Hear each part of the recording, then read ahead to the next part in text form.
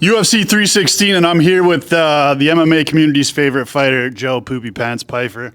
How we doing, brother? The draws are clean. we're cleansed. Let's talk about this, right? Because I feel like I had a little bit of responsibility for what happened. Because, I mean, listen, you put it out there on the internet, but I posted it, and all of a sudden, I remember you DMing me going like, bro, these comments are going crazy. Like, I made a few comments about, my experience in Mexico City, and all of a sudden, I'm the bad guy. Joe Pyfer is the bad guy once again. Like, talk to me about just what happened on that day. Like, did you realize it was going to be as big as it was? It was a lot of emotion. One, obviously the fight being canceled, it struck a nerve. It hurt. It sucks. I fought with broken hands. I fought with illness. I fought with staph. I fought with my toes glued together, and I've always shown up and fought. So to have to pull out of my first fight, it was devastating. All the money, all the time in the camp, making the weight, facing off, going through all those emotions, and then physically not being able to perform. I know, I think it was Lupi Godinez fought, and she said how she felt. It wasn't a feeling like it was coming. It was there, brother. So at about 11 p.m. that night, after we got back from eating, I just started getting the chills. I started getting sweats, and then I vomited, and then I was basically shitting water out of my ass for like the next 7 hours, and I lost over 14 pounds in those 7 hours with 1 hour sleep.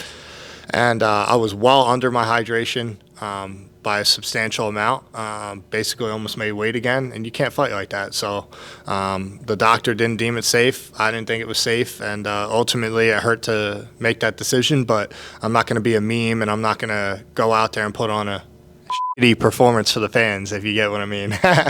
So, yeah, it sucked. Yeah, and I mean, shout out to Lupi Godinez, who even played along with it. She called herself Poopy Godinez for what happened in the octagon. But this is what I don't like, is because, like you just said, I'm not going to sacrifice a poor performance in the octagon for, maybe getting some online for not taking a fight. Because at the end of the day, what's worse, taking a little bit of about, not having a fight, or taking a lot of for having a poor performance in the octagon? Yeah, or I could also be the guy that goes and fights, right? Loses somehow because he's super sick, ill, not hydrated. And then everybody's like, he sucks and all this shit. And it's like, if I lose, let me lose at 100%, or at least close to 100% without a fucking stomach bug or whatever the hell I got over there, because, I was messed up for weeks afterwards, which was nice that this was booked so far out. It gave me time to recover. I did a cleanse, a detox, all those things to just make sure I didn't have like a parasite or something like that. And luckily, we're all good there. I don't know what it was, man, but it was definitely affected a couple of my teammates for a couple of weeks too. So yeah, it was no joke out there, and I'll never go back. So it's safe to say we might not see you on the Noche UFC card. I think it's in Texas, so maybe that can play into your favor. Have them kind of boo you on the Noche UFC card. The problem is everybody's so sensitive, and that's fine. But don't say we have freedom of speech and then pull censorship. It's not like I said I hate a race of people. I said if that's what fighting in Mexico is, and fighting in elevation and worrying about bacteria and food, and I cooked 14 days out of the 15.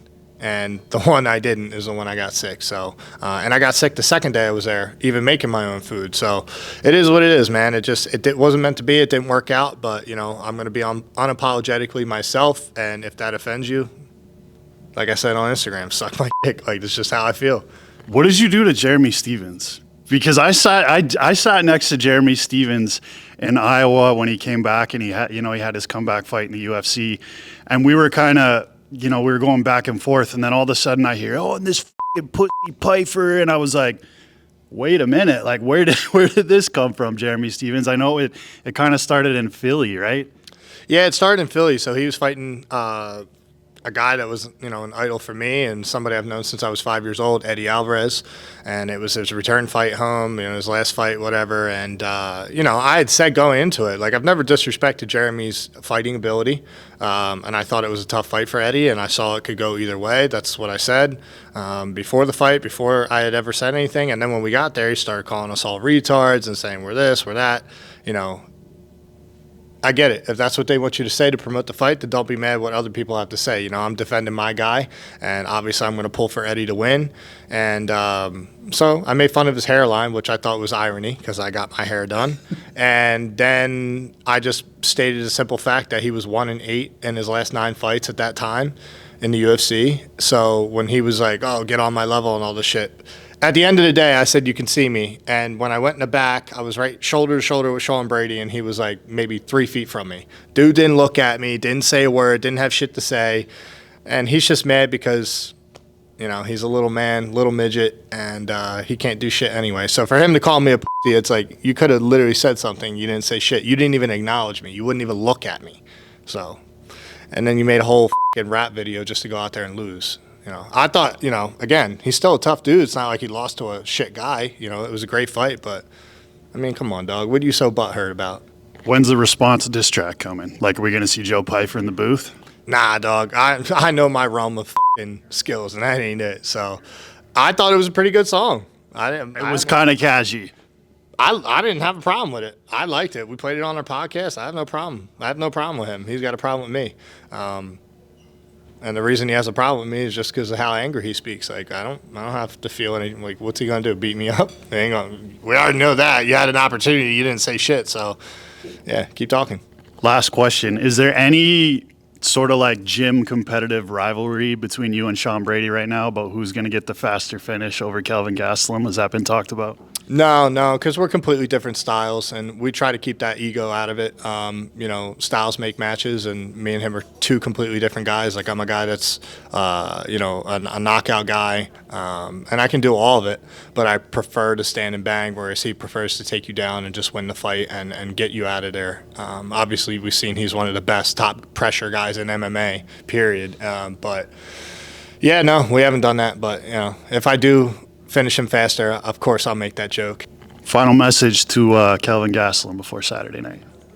I'm coming to hurt you. I'm coming to hurt you, and I'm coming to test your durability, and I don't think that you've been hit by somebody like me, and I'm excited to be able to compete against you. I've had nothing but respect for you, and until he gives me a reason not to, you know, I'll be respectful up till the fight, but yeah, I'm excited to compete against you. Shawnee Matt from Full Send MMA. Joe Poopy Pants Pyfer, as everybody likes to call him. Appreciate you, brother. Thanks.